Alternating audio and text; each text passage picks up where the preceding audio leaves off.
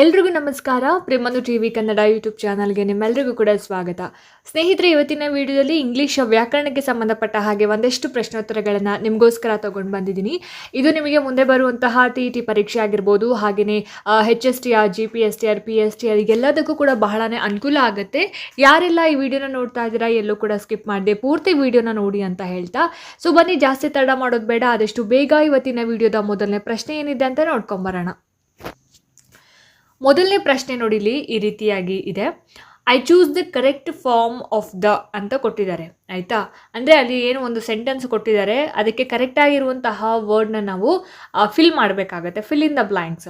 She dash to the market every day ಅಂತ ಕೊಟ್ಟಿದ್ದಾರೆ. So ಅಲ್ಲಿ ಡ್ಯಾಶ್ ಅನ್ನುವಂತಹ ಒಂದು ಬಿಟ್ಟ ಸ್ಥಳ ಏನಿದೆಯಲ್ಲ, ಅದಕ್ಕೆ ಸರಿ ಹೊಂದುವಂತಹ ಒಂದು ವರ್ಡನ್ನು ನಾವು ಫಿಲ್ ಮಾಡಬೇಕು. ಏನು ಕೊಟ್ಟಿದ್ದಾರೆ? ಗೋ ಕೊಟ್ಟಿದ್ದಾರೆ, ಗೋಸ್ ಕೊಟ್ಟಿದ್ದಾರೆ, ಗೋಯಿಂಗ್ ಕೊಟ್ಟಿದ್ದಾರೆ, ಹಾಗೆಯೇ ವೆಂಟ್ ಅಂತ ಹೇಳಿ ಕೊಟ್ಟಿದ್ದಾರೆ. She dash to the market every day ಅಂತ. ಸರಿಯಾಗಿರುವಂತಹ ಉತ್ತರ ಏನಿರ್ಬೋದು ಹಾಗಾದರೆ ಇಲ್ಲಿ? ಎಸ್, ಆಯ್ಕೆ 2, she goes to the market every day ಅನ್ನೋದು ಸರಿಯಾದ ಆನ್ಸರ್ ಆಗುತ್ತೆ. ಸೊ ಇಲ್ಲಿ she goes to the market every day ಅನ್ನುವಂತಹ ಒಂದು ವಾಕ್ಯದಲ್ಲಿ ಶಿ ಅನ್ನೋದು ಥರ್ಡ್ ಪರ್ಸನ್ ಸಿಂಗ್ಯುಲರ್, ಅಂದರೆ ಮೂರನೇ ವ್ಯಕ್ತಿ ಏಕವಚನ ಆಗಿರುತ್ತೆ. ಆ್ಯಂಡ್ ಇಲ್ಲಿ ಎವ್ರಿ ಡೇ ಅನ್ನೋದೇನಿದೆ ಅಲ್ಲ, ಎವ್ರಿ ಡೇ ಅನ್ನೋದು ಪ್ರತಿದಿನ ನಡೆಯುವಂತಹ ಒಂದು ಕ್ರಮವನ್ನು ಇದು ಇಂಡಿಕೇಟ್ ಮಾಡುತ್ತೆ. ಮೀನ್ಸ್ ಹ್ಯಾಬಿಚುವಲ್ ಆ್ಯಕ್ಷನ್ ಅಂತ ಹೇಳ್ತೀವಿ. ಸೊ ಹೀಗಾಗಿ ಗೋ ಅನ್ನುವಂತಹ ಕ್ರಿಯಾಪದಕ್ಕೆ ಎಸ್ ಅನ್ನು ಆ್ಯಡ್ ಮಾಡಿದ್ರೆ ಏನಾಗುತ್ತೆ? ಗೋಸ್ ಆಗಿ ಅದು ಬದಲಾಗುತ್ತೆ. ಹಾಗಾಗಿ ಇದಕ್ಕೆ ಅಂತಿಮ ಉತ್ತರ ಏನು? ಅವಳು ಪ್ರತಿದಿನ ಮಾರುಕಟ್ಟೆಗೆ ಹೋಗುತ್ತಾಳೆ. So she goes to the market every day ಅನ್ನೋದು ಸರಿಯಾಗಿರುವಂತಹ ಉತ್ತರ ಆಗಿರುತ್ತೆ. ಇನ್ನು ಮೊದಲನೇ ಆಯ್ಕೆ ಗೋ ಅನ್ನೋದು ಯಾಕೆ ಸರಿಯಾಗಿಲ್ಲ ಅಂತ ಹೇಳಿದ್ರೆ, ಈ ಗೋ ಅನ್ನುವಂತಹ ಒಂದು ವಾಕ್ಯವನ್ನು used with I, we, you, they. So I go, we go, you go, they go ಅಂತ ಯೂಸ್ ಮಾಡ್ತಾರೆ. ಬಟ್ ಇಲ್ಲಿ ಶಿ ಅಂತ ಇರೋದ್ರಿಂದ ಶಿ ಗೋ, ಹಿ ಗೋ ಅಂತೇಳಿ ಯೂಸ್ ಮಾಡಲ್ಲ. ಸೊ ಹಾಗಾಗಿ ಒಂದನೇ ಆಪ್ಷನ್ ಇಲ್ಲಿ ರಾಂಗ್ ಆಗಿರುತ್ತೆ. ಇನ್ನು ಮೂರನೇ ಆಯ್ಕೆ ಗೋಯಿಂಗ್ ಅಂತ ಇದೆ. So this is the present participle, ಆಯಿತಾ. ಸೊ ಹಾಗಾಗಿ ಪ್ರೆಸೆಂಟ್ ಪಾರ್ಟಿಸಿಪಲ್ ಅಥವಾ ಕಂಟಿನ್ಯೂಸ್ ಫಾರ್ಮಲ್ಲಿ ಇರೋದ್ರಿಂದ ಇಲ್ಲಿ ಇದು ಸರಿಯಾಗಿ ಬಳಕೆ ಆಗೋದಿಲ್ಲ. ಇದು ಕೂಡ ರಾಂಗ್ ಆಗುತ್ತೆ. ಇನ್ನು ನಾಲ್ಕನೇ ಆಯ್ಕೆ ವೆಂಟ್ ಅಂತ ಇದೆ. So this is past tense, ಆದರೆ the sentence is in present tense. Sentence ಇರೋದು ಯಾವುದ್ರಲ್ಲಿ? ಪ್ರೆಸೆಂಟ್ ಟೆನ್ಸಲ್ಲಿ ಇರೋದು. ವೆಂಟ್ ಅನ್ನೋದು ಯಾವುದು? Past tense. ಸೊ ಹಾಗಾಗಿ ವೆಂಟ್ ಅನ್ನೋದು ಕೂಡ ಇಲ್ಲಿ ಸರಿಯಾದ ಆನ್ಸರ್ ಆಗೋದಿಲ್ಲ. ಸೊ ಆಪ್ಷನ್ 2 ಮಾತ್ರ ಇಲ್ಲಿ ಸರಿಯಾಗಿರುವಂತಹ ಉತ್ತರ ಆಗಿರುತ್ತೆ. ಎರಡನೇ ಪ್ರಶ್ನೆ, identify the noun in the following sentence. ಅಂದರೆ ನೌನ್, ನಾಮಪದವನ್ನು ಈ ಕೆಳಗಿನ ಸೆಂಟೆನ್ಸಲ್ಲಿ ಐಡೆಂಟಿಫೈ ಮಾಡಿ ಎಂದು ಕೊಟ್ಟಿದ್ದಾರೆ, ಆಯಿತಾ. ಸೊ ದ ಸೆಂಟೆನ್ಸ್ ಯಾವುದು ನೋಡಿ? The cat is sleeping on the mat ಅಂತ ಒಂದು ಸೆಂಟೆನ್ಸ್, ಆಯಿತಾ. ಸೊ ಇದರಲ್ಲಿ ಯಾವುದು ನೌನ್ ಅನ್ನೋದನ್ನು ನಾವು ಹೇಳಬೇಕಾಗತ್ತೆ. ಸೊ ಆಯ್ಕೆಗಳೇನು ಕೊಟ್ಟಿದ್ದಾರೆ? Option A is, option be sleeping, option C on, option D cat ಅಂತ ಕೊಟ್ಟಿದ್ದಾರೆ. ಸೊ ಯಾವುದಿರ್ಬೋದು ಹಾಗಾದರೆ ಇದರಲ್ಲಿ? ನೌನ್ ಅಂತ ಹೇಳಿದ್ರೆ ಕನ್ನಡದಲ್ಲಿ ನಾಮಪದ ಅಂತ ಹೇಳಿ ಕರಿತೀವಿ. So the cat is sleeping on the mat, ಈ ವಾಕ್ಯದಲ್ಲಿ ನೌನನ್ನು ನಾವು ಗುರುತಿಸಬೇಕಾಗಿದೆ. ಸೊ ನೌನ್ ಅಂತ ಹೇಳಿದ್ರೆ ವ್ಯಕ್ತಿ ಆಗಿರ್ಬೋದು, ಸ್ಥಳ ಆಗಿರ್ಬೋದು, ಅಥವಾ ಒಂದು ಕಲ್ಪನೆಯ ಒಂದು ಹೆಸರಾಗಿರ್ಬೋದು. ಸೊ ನಾಮಪದ. ಸೊ ಇಲ್ಲಿ ಇಸ್ ಅಂತಕ್ಕಂಥದ್ದು ಏನು? ಹೆಲ್ಪಿಂಗ್ ವರ್ಬ್ ಆಗಿರುತ್ತೆ. ಸೊ ಇದು ಆನ್ಸರ್ ಆಗೋದಿಲ್ಲ. ಇಸ್ ಅನ್ನೋದು ಆನ್ಸರ್ ಅಲ್ಲ. ಸೊ ಸ್ಲೀಪಿಂಗ್ ಇದು ಕೂಡ ಒಂದು ವರ್ಬ್ ಆಗಿರುತ್ತೆ. ಸೊ ಇದು ಕೂಡ ಆನ್ಸರ್ ಅಲ್ಲ. ಆ್ಯಂಡ್ ಆನ್ ಇದು ಪ್ರಿಪೊಸಿಷನ್ ಆಗಿರುತ್ತೆ. ಸೊ ಇದು ಕೂಡ ಆನ್ಸರ್ ಅಲ್ಲ. ಹಾಗಾದರೆ ಆನ್ಸರ್ ಯಾವುದು? Cat is the right answer. ಇದು ಒಂದು ನೌನ್. ಯಾಕೆ ಅಂದರೆ ಇದು ಒಂದು ಪ್ರಾಣಿಯ ಹೆಸರನ್ನು ಅಲ್ಲಿ ಇಂಡಿಕೇಟ್ ಮಾಡ್ತಿರೋದ್ರಿಂದ ಇದನ್ನು ನಾವು ಏನಂತ ಹೇಳಿ ಕರಿತೀವಿ? ನಾಮಪದ ಅಥವಾ ನೌನ್ ಅಂತ ಹೇಳಿ ಇಂಗ್ಲೀಷ್ನಲ್ಲಿ ಕರೆಯುವಂಥದ್ದು. ಮುಂದಿನ ಪ್ರಶ್ನೆ, ಮೂರನೇ ಪ್ರಶ್ನೆ ನೋಡಿ. Which of the following is N adjective ಅಂತ ಕೇಳಿದ್ದಾರೆ. ಸೊ ಅಡ್ಜೆಕ್ಟಿವ್ ಅಂತ ಹೇಳಿದ್ರೆ ವಿಶೇಷಣ ಯಾವುದು ಅನ್ನೋದು ಪ್ರಶ್ನೆ. ಸೊ ಇದರಲ್ಲಿ option 1 run, option 2 quickly, option 3 beautiful, option 4 table ಅಂತ 4 ಆಯ್ಕೆಗಳನ್ನ ಕೊಟ್ಟಿದ್ದಾರೆ. ಸೊ ಈ 4 ಆಯ್ಕೆಗಳಲ್ಲಿ ಅಡ್ಜೆಕ್ಟಿವ್ ಯಾವುದು ಹಾಗಾದರೆ?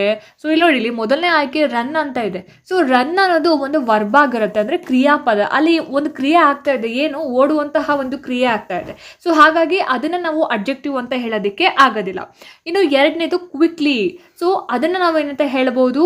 ಅಡ್ವರ್ಬ್, ಅಂದರೆ ಕನ್ನಡದಲ್ಲಿ ಕ್ರಿಯಾ ವಿಶೇಷಣ, ಸೊ ಕ್ರಿಯೆಗೆ ಅದು ಒಂದು ವಿವರವನ್ನು ನೀಡ್ತಾ ಇದೆ. ಸೊ ಹಾಗಾಗಿ ಅದನ್ನು ಕೂಡ ನಾವು ಅಬ್ಜೆಕ್ಟಿವ್ ಅಂತ ಹೇಳೋಕ್ಕಾಗಲ್ಲ.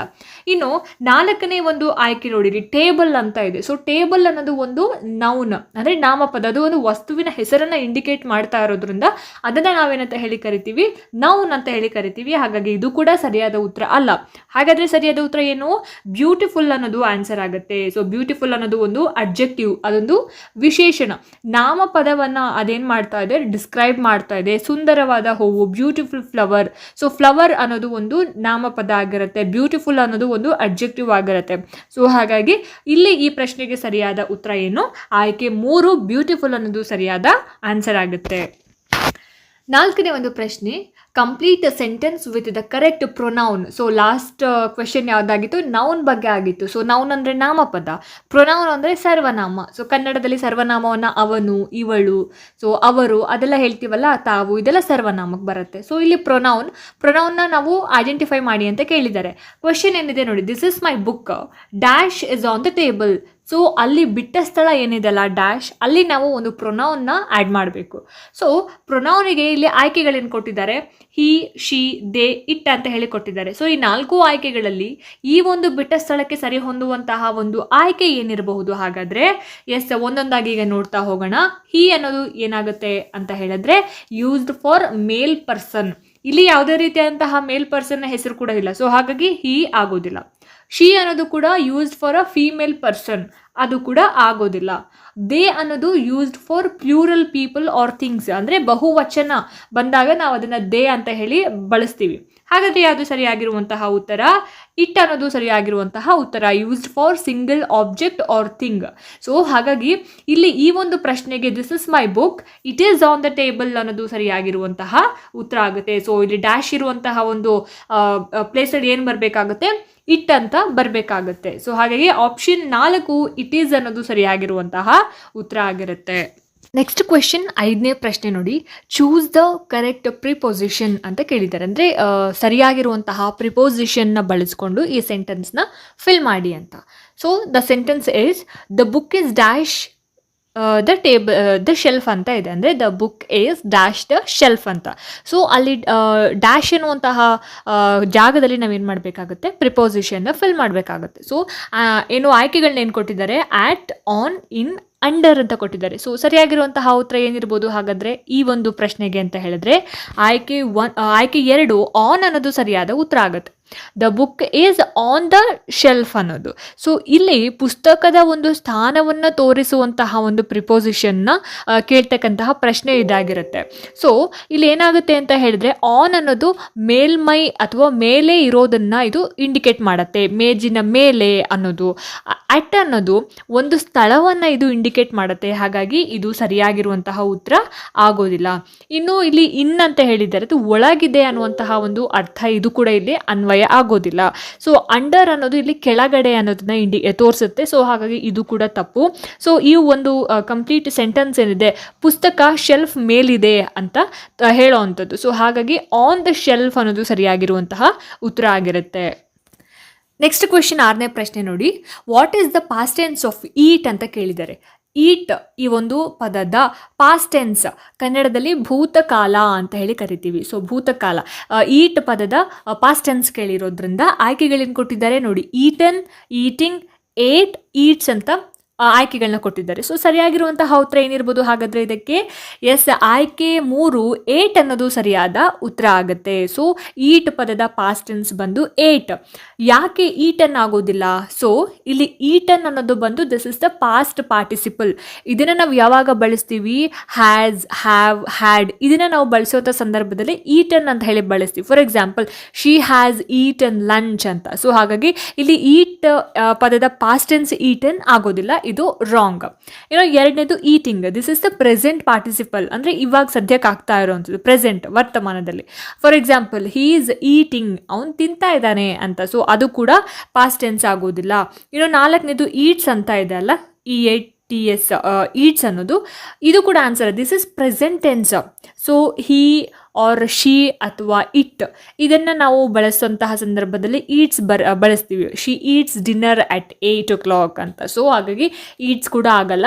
ಸೊ ಈಟ್ನ ಪಾಸ್ಟ್ ಟೆನ್ಸ್ ಬಂದು eight, AT, E is the right answer. ಮುಂದಿನ ಪ್ರಶ್ನೆ 7ನೇ ಪ್ರಶ್ನೆ ನೋಡಿ, ಚೂಸ್ ದ ಕರೆಕ್ಟ್ ಆರ್ಟಿಕಲ್ ಅಂತ ಕೇಳಿದ್ದಾರೆ. ಸೊ ಆರ್ಟಿಕಲ್ ಬಗ್ಗೆ ಗೊತ್ತಲ್ಲ, ಎ ಆ್ಯಂಡ್ ದ ಇದನ್ನು ನಾವು ಆರ್ಟಿಕಲ್ ಅಂತ ಹೇಳಿ ಕರಿತೀವಿ. ಸೊ ಇಲ್ಲಿ ಈ ಒಂದು ಸೆಂಟೆನ್ಸ್ಗೆ ಸರಿ ಹೊಂದುವಂತಹ ಆರ್ಟಿಕಲ್ನ ನಾವೇನು ಮಾಡಬೇಕಾಗುತ್ತೆ, ಫಿಲ್ ಮಾಡಬೇಕಾಗುತ್ತೆ. The sentence is he saw dash elephant at the zoo ಅಂತ ಕೊಟ್ಟಿದ್ದಾರೆ. ಸೊ ಇಲ್ಲಿ ಡ್ಯಾಶ್ ಅನ್ನುವಂತಹ ಒಂದು ಸ್ಥಳದಲ್ಲಿ ಸರಿಯಾಗಿರುವಂತಹ ಒಂದು ಆರ್ಟಿಕಲ್ನ ನಾವೇನು ಮಾಡಬೇಕಾಗತ್ತೆ, ಫಿಲ್ ಮಾಡಬೇಕಾಗತ್ತೆ. ಸೊ ಹಾಗಾಗಿ ಇಲ್ಲಿ ಕೆಲವೊಂದು ಆಯ್ಕೆಗಳನ್ನ ಕೊಟ್ಟಿದ್ದಾರೆ ನೋಡಿ, a and the and last one is no article ಅಂತ. ಸರಿಯಾಗಿರುವಂತಹ ಉತ್ತರ ಏನಿರ್ಬೋದು ಹಾಗಾದರೆ ಈ ಪ್ರಶ್ನೆಗೆ ಅಂತ ಹೇಳಿದ್ರೆ ಆಯ್ಕೆ 2 ಆ್ಯನ್ ಅನ್ನೋದು ಸರಿಯಾದ ಉತ್ತರ ಆಗುತ್ತೆ. ಹಿ ಸಾ an elephant at the zoo ಅಂತ. ಸೊ ಇಲ್ಲಿ ಏನಕ್ಕಾಗೋದಿಲ್ಲ ಅಂತ ಹೇಳಿದ್ರೆ ಇದು ವ್ಯಂಜನ ಧ್ವನಿಗೆ ಇದನ್ನು ಬಳಸ್ತಾರೆ ಅಂತ ಹೇಳ್ಬೋದು. A is used before words that given with a consonant sound. For example a dog, a ball. So ಈ ರೀತಿಯಾಗಿರುವಂತಹ ಒಂದು ವರ್ಡ್ಸ್ಗಳಿಗೆ ನಾವು ಬಳಸ್ತೀವಿ. ಸೊ ಆ್ಯನ್ ಅನ್ನೋದನ್ನು ನಾವೇನಕ್ಕೆ ಬಳಸ್ತೀವಿ, an elephant, AEIOU, an is used before words that begins with a vowel sound. Vowels ಗೊತ್ತಲ್ವಾ, AEIOU. So ಈ ರೀತಿಯಂತಹ ವೋವಲ್ಸ್ಗಳಿಂದ ಶುರುವಾಗುವಂತಹ ಪದಗಳ ಮುಂಚೆ ನಾವೇನು ಮಾಡ್ತೀವಿ, ಇದನ್ನು ಆ್ಯನ್ ಅನ್ನೋದನ್ನು ಬಳಸ್ತೀವಿ. ಅಂದರೆ ಸ್ವರಧ್ವನಿಗೆ ಇದನ್ನು ಬಳಸ್ತಾರೆ ಅಂತ. ಇನ್ನು ದ ಅನ್ನೋದು 3ನೇ ಒಂದು ಆಯ್ಕೆ ನೋಡಿ. ಇಲ್ಲಿ ದ ಅನ್ನೋದಿದೆಲ್ಲ ನಿರ್ದಿಷ್ಟವಾದಾಗ ಮಾತ್ರ ನಾವು ದ ಅನ್ನೋದನ್ನ ನಾವು ಬಳಸ್ತಾ ಹೋಗ್ತೀವಿ ಅಂತಕ್ಕಂಥದ್ದು. ಸೊ ಹಾಗಾಗಿ ಎಲಿಫೆಂಟ್ ಅನ್ನೋದು starts with the vowel E. So we use an. ಹಾಗಾಗಿ ಇಲ್ಲಿ ಆ್ಯನ್ ಅನ್ನೋದು ಆಪ್ಷನ್ 2 ಸರಿಯಾಗಿರುವಂತಹ ಉತ್ತರ ಆಗಿರುತ್ತೆ. ನೆಕ್ಸ್ಟ್ ಮುಂದಿನ ಒಂದು ಪ್ರಶ್ನೆ 8ನೇ ಪ್ರಶ್ನೆ ನೋಡಿ. ಇಲ್ಲಿ which sentence uses correct capitalisation ಅಂತ ಪ್ರಶ್ನೆ ಕೇಳಿದ್ದಾರೆ. ಅಂದರೆ ಸೊ ಏನು ಪ್ರಶ್ನೆ ಅಂದರೆ ಈ ವಾಕ್ಯದಲ್ಲಿ ಸರಿಯಾದ ಆಂಗ್ಲ ಬೃಹತ್ ಅಕ್ಷರ ಬಳಕೆ, ಕ್ಯಾಪಿಟಲೈಸೇಷನ್ ಅಂತ ಹೇಳಿದ್ರೆ ಇಂಗ್ಲೀಷ್ನಲ್ಲಿ ದೊಡ್ಡ ಅಕ್ಷರ ಬಳಕೆ ಮಾಡಿ ಬರೆದಿರುವಂತಹ ಅಥವಾ ಸೆಂಟೆನ್ಸ್ ಯಾವುದು ಅನ್ನೋದನ್ನು ಇಲ್ಲಿ ಕೇಳಿರೋ ಅಂಥದ್ದು. ಸೊ ಇಲ್ಲಿ ಪ್ರೊನೌನ್ಸ್ ಮಾಡೋದಕ್ಕೆ ಎಲ್ಲವೂ ಒಂದೇ ಥರ ಇದೆ, ಆದರೆ ಅಲ್ಲೇನಾಗ್ತಿದೆ capital letter and small letter ಅಂತ ಹೇಳಿ ಡಿಫ್ರೆನ್ಸ್ ಇದೆ. ಸೊ ಹಾಗಾಗಿ ಇಲ್ಲಿ ಸರಿಯಾಗಿರುವಂತಹ ಉತ್ತರ ಏನು ಅನ್ನೋದನ್ನು ನೀವು ಗೆಸ್ ಮಾಡಬೇಕಾಗತ್ತೆ. ಸೊ ಹಾಗಾಗಿ ಇಲ್ಲಿ I love to read books ಅನ್ನೋದನ್ನು ಕೆಲವೊಂದರಲ್ಲಿ ಕ್ಯಾಪಿಟಲ್ ಲೆಟರ್ಸ್ ಇದೆ ಅಥವಾ ಸ್ಮಾಲ್ ಲೆಟರ್ಸ್ ಇದೆ. ಸೊ ಯಾವ್ದು ಸರಿಯಾಗಿದೆ ಹಾಗಾದರೆ ಇದರಲ್ಲಿ ಈ ಒಂದು ಏನು ಆಯ್ಕೆಗಳಲ್ಲಿ ಅಂತಂದರೆ ಆಯ್ಕೆ 2 I love to read books ಅನ್ನೋದು ಸರಿಯಾಗಿರುವಂತಹ ಉತ್ತರ ಆಗಿದೆ. ಸೊ ಐ ಅನ್ನೋದೇನಿದೆ ಅಲ್ಲ, ಇದು ನಾನು ಯಾವಾಗಲೂ ಕೂಡ ಇದರ ದೊಡ್ಡ ಅಕ್ಷರದಲ್ಲೇ ಬರೀಬೇಕಾಗುತ್ತೆ. ಸೊ ಪ್ರತಿಯೊಂದು ವಾಕ್ಯದ ಮೊದಲ ಪದವನ್ನು ಮಾತ್ರ ನಾವೇನು ಮಾಡಬೇಕಾಗುತ್ತೆ, ದೊಡ್ಡ ಅಕ್ಷರದಲ್ಲಿ ಬರೀಬೇಕಾಗುತ್ತೆ. ಸಾಮಾನ್ಯ ಪದಗಳಿಗೆ ಕಾಮನ್ ನೌನ್ಸ್ ಅಂದರೆ ಮಧ್ಯದಲ್ಲಿ ದೊಡ್ಡ ಅಕ್ಷರ ಬರೋದೇನು ಬೇಕಾಗಿಲ್ಲ. ಸೊ ಸ್ಟಾರ್ಟಿಂಗಲ್ಲಿ ನಾವು ಬರೀಬೇಕಾದ್ರೆ ಮಾತ್ರ ಏನು ಕ್ಯಾಪಿಟಲ್ ಲೆಟರ್ನ ಬಳಸಬೇಕಾಗತ್ತೆ. ಸೊ ಹಾಗಾಗಿ ಇಲ್ಲಿ 2ನೇ ಒಂದು ಆಯ್ಕೆಯನ್ನು ನಾವು ಸರಿ ಅಂತ ಹೇಳಿ ಕನ್ಸಿಡರ್ ಮಾಡ್ಬೋದು. ನೆಕ್ಸ್ಟ್ ಪ್ರಶ್ನೆ ನೋಡಿ, find the verb in the sentences ಅಂತ. ಅಂದರೆ ವರ್ಬ್ ಅನ್ನೋದನ್ನ, ವರ್ಬ್ ಅಂದ್ರೆ ಏನು, ಕ್ರಿಯಾಪದ. ಸೊ ಇದನ್ನು ನಾವು ಐಡೆಂಟಿಫೈ ಮಾಡಬೇಕು ಈ ಒಂದು ಸೆಂಟೆನ್ಸಲ್ಲಿ. ಬರ್ಡ್ಸ್ ಸಿಂಗ್ ಬ್ಯೂಟಿಫುಲಿ ಅಂತ ಇದೆ. ಸೊ ಇದರಲ್ಲಿ ಯಾವ ಒಂದು ಪದ ಏನು ಕ್ರಿಯಾಪದ ಆಗಿದೆ ಅಥವಾ ವರ್ಬ್ ಆಗಿದೆ ಅನ್ನೋದನ್ನು ನಾವು ಹೇಳಬೇಕಾಗತ್ತೆ. ಸೊ ಆಯ್ಕೆಗಳು ನೋಡಿ, ಬರ್ಡ್ಸ್ ಸಿಂಗ್ ಬ್ಯೂಟಿಫುಲಿ ದ ಅಂತ ಇದೆ. ಸೊ ಇಲ್ಲಿ ಸರಿಯಾಗಿರುವಂತಹ ಉತ್ತರ ಏನು, ಆಪ್ಷನ್ 2 ಸಿಂಗ್ ಅನ್ನೋದು ಇದನ್ನು ನಾವು ವರ್ಬ್ ಅಂತ ಹೇಳಿ ಕರಿತೀವಿ, ಕ್ರಿಯಾಪದ. ಸೊ ಬರ್ಡ್ಸ್ ಯಾವ ಕ್ರಿಯೆ ಮಾಡ್ತಾ ಇದೆ ಇಲ್ಲಿ, ಸಿಂಗ್, ಹಾಡ್ತಾ ಇದೆ, ಅದೊಂದು ಕ್ರಿಯೆ ಆಗ್ತಾ ಇದೆ ಅಲ್ವಾ. ಸೊ ಬರ್ಡ್ ಅನ್ನೋದು ಇದು ಒಂದು ನಾಮಪದ ಆಗಿರುತ್ತೆ, ಇದನ್ನು ನಾವು ವರ್ಬ್ ಅಂತ ಹೇಳಕ್ಕಾಗಲ್ಲ. ಸೊ ಬ್ಯೂಟಿಫುಲಿ ಅನ್ನೋದು ಇದು ಒಂದು ಕ್ರಿಯಾ ವಿಶೇಷಣ ಅಂದರೆ ಅಡ್ವರ್ಬ್ ಆಗಿರುತ್ತೆ. ಸೊ ನಾವು ಇದನ್ನ ವರ್ಬ್ ಅಂತ ಕನ್ಸಿಡರ್ ಮಾಡೋಕ್ಕಾಗಲ್ಲ. ಇನ್ನು ದ ಅನ್ನೋದು ಗೊತ್ತೇ ಇದೆ, ಆರ್ಟಿಕಲ್. ಸೊ ಒಂದು ನಿರ್ದಿಷ್ಟವಾದ ಒಂದು ನಾಮಪದ. ಸೊ ಹಾಗಾಗಿ ಇದನ್ನ ನಾವೇನಂತ ಹೇಳಿ ಕರಿತೀವಿ, ಸಿಂಗ್ ಅನ್ನೋದನ್ನ ವರ್ಬ್ ಅಂತ ಹೇಳಿ ಕರಿತೀವಿ. ದ ಅನ್ನೋದು ಆರ್ಟಿಕಲ್ ಆಗಿರುತ್ತೆ, ಬ್ಯೂಟಿಫುಲಿ ಅನ್ನೋದು ಅಡ್ವರ್ಬ್ ಆಗಿರುತ್ತೆ, ಬರ್ಡ್ಸ್ ಅನ್ನೋದು ನೌನ್ ಆಗಿರುತ್ತೆ. ಸೊ ಆಪ್ಷನ್ 2 ಸರಿಯಾದ ಉತ್ತರ ಆಗಿರುತ್ತೆ ಈ ಒಂದು ಪ್ರಶ್ನೆಗೆ. ಮುಂದಿನ ಒಂದು ಪ್ರಶ್ನೆ 10ನೇ ಪ್ರಶ್ನೆ ನೋಡಿ. ಇಲ್ಲಿ choose the correct form of be they dash friends ಅಂತ ಪ್ರಶ್ನೆ ಕೇಳಿದ್ದಾರೆ. ಸೊ ಇಲ್ಲಿ ಸರಿಯಾಗಿರುವಂತಹ ಒಂದು ಉತ್ತರ ನೋಡೋದಕ್ಕಿಂತ ಮುಂಚೆ ಆಯ್ಕೆಗಳನ್ನ ನೋಡ್ಕೊಬರೋಣ. ಇಸ್, ಆಮ್, ಆರ್, ವಾಸ್ ಅಂತ ಕೊಟ್ಟಿದ್ದಾರೆ ಆಯಿತಾ. ಸೊ ಇಲ್ಲಿ ದೇ ಡ್ಯಾಶ್ ಫ್ರೆಂಡ್ಸ್, ಡ್ಯಾಶ್ ಅನ್ನುವಂತಹ ಒಂದು ಜಾಗದಲ್ಲಿ ಯಾವ ಒಂದು ಪದವನ್ನು ನಾವು ಹಾಕಬೇಕಾಗತ್ತೆ ಅನ್ನೋದು. ಸೊ ಇಲ್ಲಿ ಮೊದಲನೇದಾಗಿ ಇಸ್ ಅಂತ ಕೊಟ್ಟಿದ್ದಾರೆ. ಇಸ್ ಅನ್ನೋದನ್ನು ಹಾಕ್ತೀವ, ದೇ ಇಸ್ ಫ್ರೆಂಡ್ಸ್, ನೋ. ಅಲ್ಲಿ ಇಸ್ ಅನ್ನೋದನ್ನ ಹಿ, ಶಿ, ಇಟ್ ಇದರ ಜೊತೆಗೆ ನಾವು ಬಳಸ್ತೀವಲ್ವಾ. ಸೊ ಹಾಗಾಗಿ ಇದು ಆನ್ಸರ್ ಆಗೋದಿಲ್ಲ. ಸೊ ಆಮ್ ಅನ್ನೋದು ಐ ಜೊತೆ ಮಾತ್ರ ನಾವು ಬಳಸ್ತೀವಿ, ಹಾಗಾಗಿ ಇದು ಕೂಡ ಆಗೋದಿಲ್ಲ. ಸೊ ಇಲ್ಲಿ ವಾಸ್ ಅನ್ನೋದು ಏನು, ಇದು ಪಾಸ್ಟ್ ಟೆನ್ಸ್, ಸೊ ಭೂತಕಾಲದಲ್ಲಿ ಇದೆ, ಇದು ಕೂಡ ಆಗೋದಿಲ್ಲ. ಸೊ ಹಾಗಾಗಿ ಆನ್ಸರ್ ಏನು, are. So we are, you are, they are ಅಂತ ಬಳಸ್ತೀವಲ್ವಾ. ಸೊ ಹಾಗಾಗಿ ಇಲ್ಲಿ ದೇ ಬಂದಿದೆ, ದೇ ಆರ್ ಫ್ರೆಂಡ್ಸ್ ಅಂತ ಹೇಳಿ ಬಳಸ್ತೀವಿ. ಆಪ್ಷನ್ 3 ಸರಿಯಾಗಿರುವಂತಹ ಆನ್ಸರ್ ಆಗಿರುತ್ತೆ. ನೆಕ್ಸ್ಟ್ ಕ್ವೆಶನ್ ನೋಡಿ, which word is N adverb in the sentence ಅಂತ ಕೇಳಿದ್ದಾರೆ. ಸೊ ಇದರಲ್ಲಿ ಯಾವುದು ಅಡ್ವರ್ಬ್ ಅನ್ನೋದನ್ನು ನಾವು ಹೇಳಬೇಕಾಗತ್ತೆ. ಇಲ್ಲಿ ನೋಡಿ, ದ ಟರ್ಟಲ್ ಮೂವ್ಸ್ ಸ್ಲೋಲಿ ಅಂತ ಇದೆ. So the turtle moves slowly, ಈ ಸೆಂಟೆನ್ಸಲ್ಲಿ ಅಡ್ವರ್ಬ್ ಯಾವುದು ಅನ್ನೋದನ್ನು ನಾವು ಹೇಳಬೇಕಾಗತ್ತೆ. ಅಡ್ವರ್ಬ್ ಅಂತ ಹೇಳಿದ್ರೇನು, ಕ್ರಿಯಾ ವಿಶೇಷಣ ಅನ್ನೋದು. ಸೊ ಸರಿಯಾಗಿರುವಂತಹ ಉತ್ತರವನ್ನು ನೋಡೋಕ್ಕಿಂತ ಮುಂಚೆ ಆಯ್ಕೆಗಳನ್ನ ನೋಡಿ. ಟರ್ಟಲ್ ಮೂವ್ಸ್ ಸ್ಲೋಲಿ, ದ ಅಂತ ಇದೆ. ಸರಿಯಾಗಿರುವಂತಹ ಉತ್ತರ ಇದಕ್ಕೆ ಆಪ್ಷನ್ 3 ಸ್ಲೋಲಿ ಅನ್ನೋದು ಸರಿಯಾಗಿರುವಂತಹ ಉತ್ತರ ಆಗಿರುತ್ತೆ. ಸೊ ಟರ್ಟಲ್ ಏನಕ್ಕಾಗಲ್ಲ, ದಿಸ್ ಈಸ್ ಅ ನೌನ್, ಅಂದರೆ ಸಬ್ಜೆಕ್ಟ್ ಆಫ್ ದ ಸೆಂಟೆನ್ಸ್. ಈ ಸೆಂಟೆನ್ಸಲ್ಲಿ ಬರ್ತಕ್ಕಂತಹ ಮೇನ್ ಸಬ್ಜೆಕ್ಟ್ ಟರ್ಟಲ್. ಸ್ಲೋ ಆಗಿ ನಡೀತಾ ಇದೆ, ಏನು ಸ್ಲೋ ಆಗಿ ಹೋಗ್ತಾ ಇದೆ, ಟರ್ಟಲ್. ಸೊ ಇದು ಅಡ್ವರ್ಬ್ ಆಗೋದಿಲ್ಲ. ಇನ್ನು ಮೂವ್ಸ್ ಅನ್ನೋದು ದಿಸ್ ಈಸ್ ಅ ವರ್ಬ್, ಅಲ್ಲಿ ಒಂದು ಆಕ್ಷನ್ ಆಗ್ತಾ ಇದೆ, ಮೂವ್ ಚಲಿಸ್ತಾ ಇದೆ. ಸೊ ಇದು ಕೂಡ ಅಡ್ವರ್ಬ್ ಆಗೋದಿಲ್ಲ. ಇನ್ನು ದ, 4ನೇ ಒಂದು ಆಯ್ಕೆ ದ ಇದೆ ಅಲ್ಲ. ಸೊ ಇದನ್ನೇ ನಾನು ಅವಾಗಲಿಂದನೂ ಹೇಳ್ತಾನೆ ಇದ್ದೀನಿ, ದಿಸ್ ಈಸ್ ಆನ್ ಆರ್ಟಿಕಲ್ ಅಂತ. ಸೊ ದ ಅನ್ನೋದು ಒಂದು ಆರ್ಟಿಕಲ್ ಆಗಿರೋದ್ರಿಂದ ಇದನ್ನು ಕೂಡ ನಾವು ಅಡ್ವರ್ಬ್ ಅಂತ ಕನ್ಸಿಡರ್ ಮಾಡೋಕ್ಕಾಗಲ್ಲ. ಸೊ ಸ್ಲೋಲಿ ಅನ್ನೋದೇನಿದೆಯಲ್ಲ, ಆಯ್ಕೆ 3 slowly, this is on adverb because it tells how the turtle moves. ಅದು ಹೇಳ್ತಾ ಇದೆ ಟರ್ಟಲ್ ಹೇಗೆ ಮೂವ್ ಆಗ್ತಾ ಇದೆ ಅಂತ, ಹೇಗೆ ಸ್ಲೋಲಿ, ನಿಧಾನವಾಗಿ ಅಂತ. ಸೊ ಹಾಗಾಗಿ ಈ ಪ್ರಶ್ನೆಗೆ ಆಯ್ಕೆ 3 ಸ್ಲೋಲಿ ಅನ್ನೋದು ಸರಿಯಾಗಿರುವಂತಹ ಉತ್ತರ ಆಗಿರುತ್ತೆ.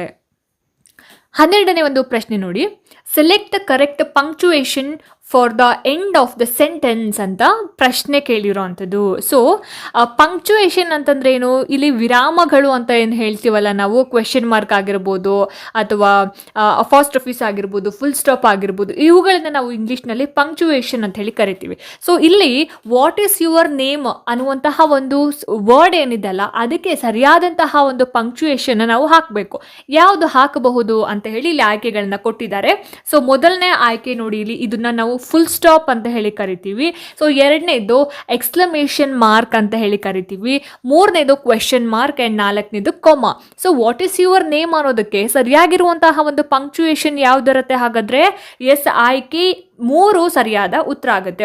ಯಾಕೆ ಆಯ್ಕೆ 3 ಆಗುತ್ತೆ ಅಂದರೆ, ನೋಡಿ ಇಲ್ಲಿ ಫುಲ್ ಸ್ಟಾಪ್ ಅನ್ನೋದು used for statements. So statement end ಆಗ್ತಿದೆ, ಡಿಕ್ಲರೇಟಿವ್ ಸೆಂಟೆನ್ಸ್ಗೆ ನಾವು ಬಳಸ್ತೀವಿ ಫುಲ್ ಸ್ಟಾಪನ್ನು. So exclamation mark used for strong emotion or commands. ಯಾವುದಾದ್ರೂ ಒಂದು ಭಾವನೆಗಳಿಗೆ ಅಥವಾ ಏನಾದರೂ ಒಂದು ಕಮಾಂಡನ್ನು ಮಾಡುವಾಗ ನಾವೇನು ಮಾಡ್ತೀವಿ, ಎಕ್ಸ್ಕ್ಲಮೇಷನ್ ಮಾರ್ಕ್ನ ಬಳಸ್ತೀವಿ. ಸೊ ಇನ್ನು ಕೊಮಾ ಏನಕ್ಕೆ ಬಳಸ್ತೀವಿ ಅಂತ ಹೇಳಿದ್ರೆ, comma used within sentences not at the end. So ಅಂದರೆ ಇಲ್ಲಿ ಒಂದು ಪದದ ಕೊನೆಗೆ ನಾವು ಬಳಸೋದಿಲ್ಲ ಆಯಿತಾ, ಮಧ್ಯದಲ್ಲಿ ನಾವು ಬಳಸ್ತಾ ಹೋಗ್ತೀವಿ ಕೊಮಾ. ಸೊ ಹಾಗಾಗಿ ಇಲ್ಲಿ ನಾವು ವಾಟ್ ಈಸ್ ಯುವರ್ ನೇಮ್ಗೆ ಕೊಮಾ ಹಾಕಲ್ಲ, ಕ್ವೆಶನ್ ಮಾರ್ಕ್ ಹಾಕ್ತೀವಿ. So question mark used at the end of A question. ಯಾವುದಾದ್ರೂ ಒಂದು ಪ್ರಶ್ನೆಯನ್ನು ಕೇಳುವಂತಹ ಒಂದು ಸಂದರ್ಭದಲ್ಲಿ ನಾವೇನು ಮಾಡ್ತೀವಿ, ಕ್ವೆಶನ್ ಮಾರ್ಕ್ನ ಬಳಸ್ತೀವಿ. ಸೊ ಹಾಗಾಗಿ ಇಲ್ಲಿ ನಾವು ಕ್ವೆಶನ್ ಮಾರ್ಕ್ ಅನ್ನುವಂತಹ ಒಂದು ಪಂಕ್ಚುಯೇಷನ್ನ ಬಳಸ್ತೀವಿ. ಸೊ ನಿನ್ನ ಹೆಸರೇನು ಅನ್ನೋದು ಒಂದು ಪ್ರಶ್ನಾರ್ಥಕ ಚಿಹ್ನೆ ಆಗಿ, ಪ್ರಶ್ನೆ ಕೇಳೋದ್ರೇ ನಾವು ಅದನ್ನು ಪ್ರಶ್ನಾರ್ಥಕ ಚಿಹ್ನೆಯಲ್ಲಿಯೇ ನಾವು ಕೊನೆಗೊಳಿಸ್ತೀವಿ ಅಂತಕ್ಕಂಥದ್ದು. ಸೊ ನೋಡಿದ್ರಲ್ಲ ಸ್ನೇಹಿತರೆ, ಇದಾಗಿತ್ತು ಇವತ್ತಿನ ಇಂಗ್ಲಿಷ್ ವ್ಯಾಕರಣಕ್ಕೆ ಸಂಬಂಧಪಟ್ಟ ಹಾಗೆ ಒಂದಷ್ಟು ಪ್ರಶ್ನೋತ್ತರಗಳು. ಸೊ ಈ ವಿಡಿಯೋ ನಿಮಗೆ ಇಷ್ಟ ಆಗಿದೆ, ಅನುಕೂಲ ಆಗಿದೆ ಅಂತ ಭಾವಿಸ್ತೀನಿ. ಇಷ್ಟ ಆಯಿತು ಅಂತಂದರೆ ದಯವಿಟ್ಟು ಲೈಕ್ ಮಾಡಿ, ಶೇರ್ ಮಾಡಿ, ಹಾಗೆ ನಿಮ್ಮ ಅನಿಸಿಕೆ ಅಭಿಪ್ರಾಯಗಳು ಏನೇ ಇದ್ರೂ ಕೂಡ ನನಗೆ ಕಮೆಂಟ್ ಸೆಕ್ಷನ್ನಲ್ಲಿ ತಿಳಿಸಿ ಅಂತ ಹೇಳ್ತಾ, ಇದೇ ರೀತಿ ಹೆಚ್ಚಿನ ವೀಡಿಯೋಸ್ಗಳಿಗೋಸ್ಕರ ನಿರಂತರವಾಗಿ ನನ್ನ ಚಾನಲನ್ನು ನೋಡ್ತಾ ಇರಿ. ಮುಂದಿನ ವೀಡಿಯೋಸ್ಗಳಲ್ಲಿ ನಾನು ನಿಮಗೆ ಸಿಗ್ತೀನಿ. ಅಲ್ಲಿ ತನಕ ಎಲ್ರಿಗೂ ನಮಸ್ಕಾರ.